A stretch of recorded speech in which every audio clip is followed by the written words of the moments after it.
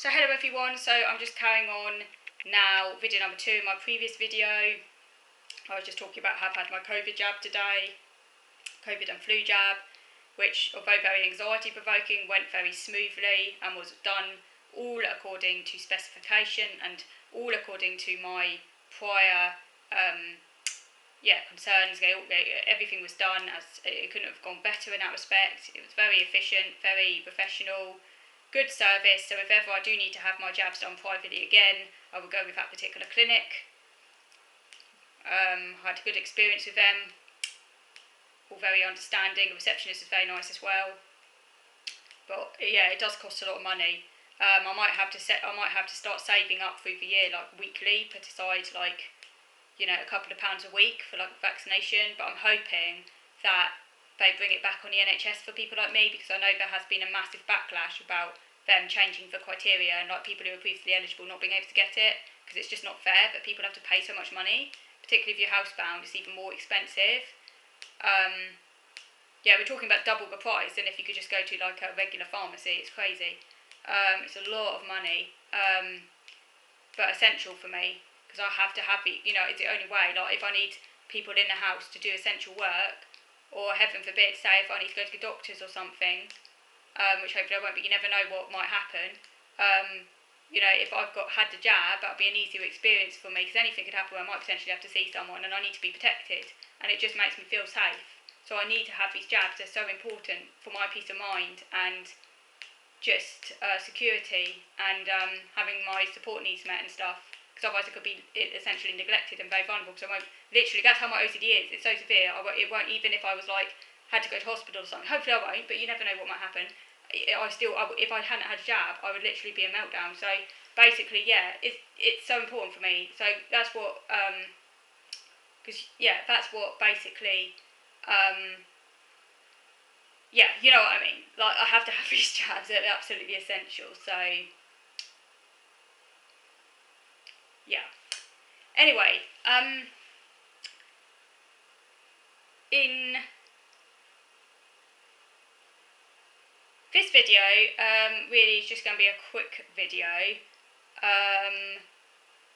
because I just wanted to carry on like talking about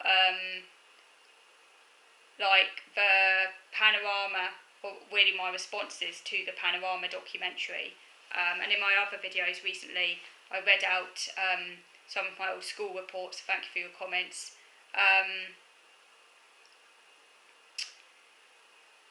And my experience was pretty dire, because as I read out in my previous video, I had an educational psychology assessment when I was 9 and 10 years old. Yeah, 9 and 10, so I spread out. And they recommended that the school initiate what they call the process of special educational needs. It was a summative assessment, stage 3, so I don't quite know what that means, but there must be a kind of staged approach, so it must be quite high up on the assessment process, like a sort of pathway.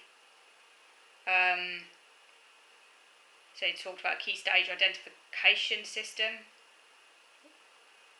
Key routes identification system, I think it was called. So obviously I was quite high up, because to have an educational psychology assessment is quite high up anyway. Like that's quite high up in the process. Like normally a school will try and meet a child's needs in-house. Again, if a child's needs cannot be met by the school in-house, and they have to call in outside agencies. So that's what happened with me. The school called in an educational psychologist because clearly my needs were greater than what the school could accommodate themselves, and as an outcome of that assessment, they recommended the initiation of special educational needs. I'm not entirely clear what that means. My guess is what they meant by that was that my parents or school should have applied for a statement. My guess is what that meant, basically.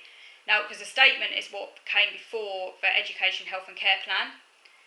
So the initiation of special educational needs must have meant the initiation of the statementing process. At least that's what I understand by that term anyway, because like I said, educational psychology is only brought in at quite a high, is only brought in when a child has already when a school has already exhausted other options, because it's like a tiered approach, like stage 1, stage 2, stage 3, whatever. So I don't really know what happened. My mum, when she was alive, was under the impression that I was statemented, but I actually don't think I'm not entirely sure I was.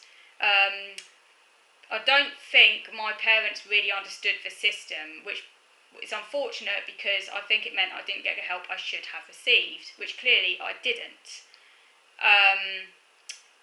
What did happen was that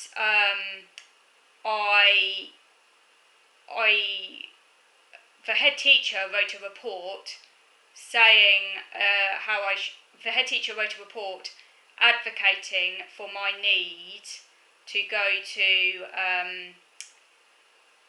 a secondary school that was very close to home. Like, we're talking sort of 10-minute walk. Very close to home, no major busy roads to cross, and quite a small co-ed secondary school, actually Church of England secondary school, not religious family, but I think my parents thought that if I went to that school it would be better for me, because the other school, which is single sex, was out of town, and there's like quite a busy road you have to cross, and also a bit of a history of bullying maybe, and a bigger school. I think they thought that the school closer to home, sort of more intimate, sort of better, they just thought it would be better for me, basically. So the head teacher wrote a report saying why I needed to go there. The head teacher, though, was really not a good head teacher. This was my primary school head teacher. The report was late, and my dad said that they were really worried that she wouldn't have written this report on time, because it was so important I got into this school. She was not a good head teacher at all, by the way. She was the one who said I shouldn't go swimming. My dad was really annoyed about that, because it's like really exclusionary. She didn't want me to go swimming because, I don't know, I think she saw me as a problem, basically, and the school was just absolutely crap. Really not a good school. Just talking about primary school here. Very much focused on league tables, attainment. They didn't want me to take SATs either. I guess because they thought I would lower the school's ratings. That's what my mum said. I did take SATs, by the way, and predictably didn't do very well because I wasn't very academic at that age. They didn't want me to take SATs. Just wasn't a good school in that respect. It was a good school and it wasn't a good school, if you see what I mean. Good if you're into like academics and like children who behave themselves. Not so good if you have a disability. I think a lot of the disabled children at that school were shunted off to go nearby special school. Things might have changed now, I don't know. Anyway, so yeah, she was late in writing this report for me to go to the secondary school. She did in the end, but it was a very close call, and I almost didn't get in. My parents actually had to go to tribunal to try and they had to go to tribunal, and in the end, and they won that tribunal, which helped get me a place at that Church of England school, which accepted 5 children a year, only 5 children a year. They gave a so-called community place to, which is to say 5 children with so-called special needs. They gave a community place to, like, oh, we're being so nice, we're allowing 5 of these children in each year, aren't we nice? Aren't we inclusive? So I was one of those children, but like I said, my parents had to go to tribunal, and we almost didn't get a place. And the head teacher dithered in writing that report to say why I needed to go there. As part of that, being on a community place, I had to leave the lesson. I think it was 1 lesson a week, something like that. I had to go to this learning support unit at the back of the school. It's all like very segregated. Up these stairs at the far back of the school, room 6, carried a lot of stigma. I had to go there for 1 lesson a week to receive learning support, which really just amounted to checking my bag, making sure I had everything I needed, checking that I was organised, and then kind of doing basic sort of looking at numeracy and comprehension skills, spatial awareness. and had an educational, what do you call it, one of those IEPs, like individual education plans, and it's all very like tick boxy, so I still got a copy of it. It's still very tick boxy, and then when you're showing a child that's making progress, they're like, oh, you don't need to come here anymore. That was after about a year.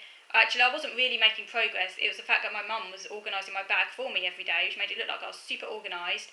And meanwhile, the help that I really needed help with, which was making friends, they didn't seem to give a crap about. Even though that was actually written in my educational psychology report as a cause for concern, that I had interaction problems, that was just like a side note. They just really didn't care. And actually, what would have helped me more would have been if I'd actually had help integrating and also help with my emotional anxieties, which were getting worse and worse, and I really should have got help for them. All they seemed to be caring about was educational attainment, ticking boxes on academics. So yeah, after a year, I didn't have to go to room 6 anymore. I was really pleased not to have to go there because I hated it, because it made me feel like a complete weirdo. As you start to become more aware of your problem stage, bearing in mind at this point I still didn't have an actual official diagnosis, because I didn't get that until I was 21. So I didn't know really good reasons for this. I just blamed my parents. I thought, I'm this really weird kid with really weird parents. Like, seriously, right? You should have sent me to Brownies or something and I'd be able to socialise better. That was my explanation for it. So, yeah, I hated it. I felt like weird, stigmatised, you know, the label special needs, as if I couldn't have already made friends, you know, given this label. Reject. Yeah. But I was pleased when I no longer had to go to room 6. And then I think then after that, the school just basically forgot about the fact I had issues. Like, it didn't even matter, even though I only got into that school on a community placement. But actually, my problems were getting worse, even though academically it looked like I was doing better. But that's only because my parents were hothousing me on academics. My dad, being a teacher, spent so much time over that. But what I really needed help with was my emotions and making friends. Anyway, let me know what you think, and I'll carry on talking about this maybe another time. So thank you for watching.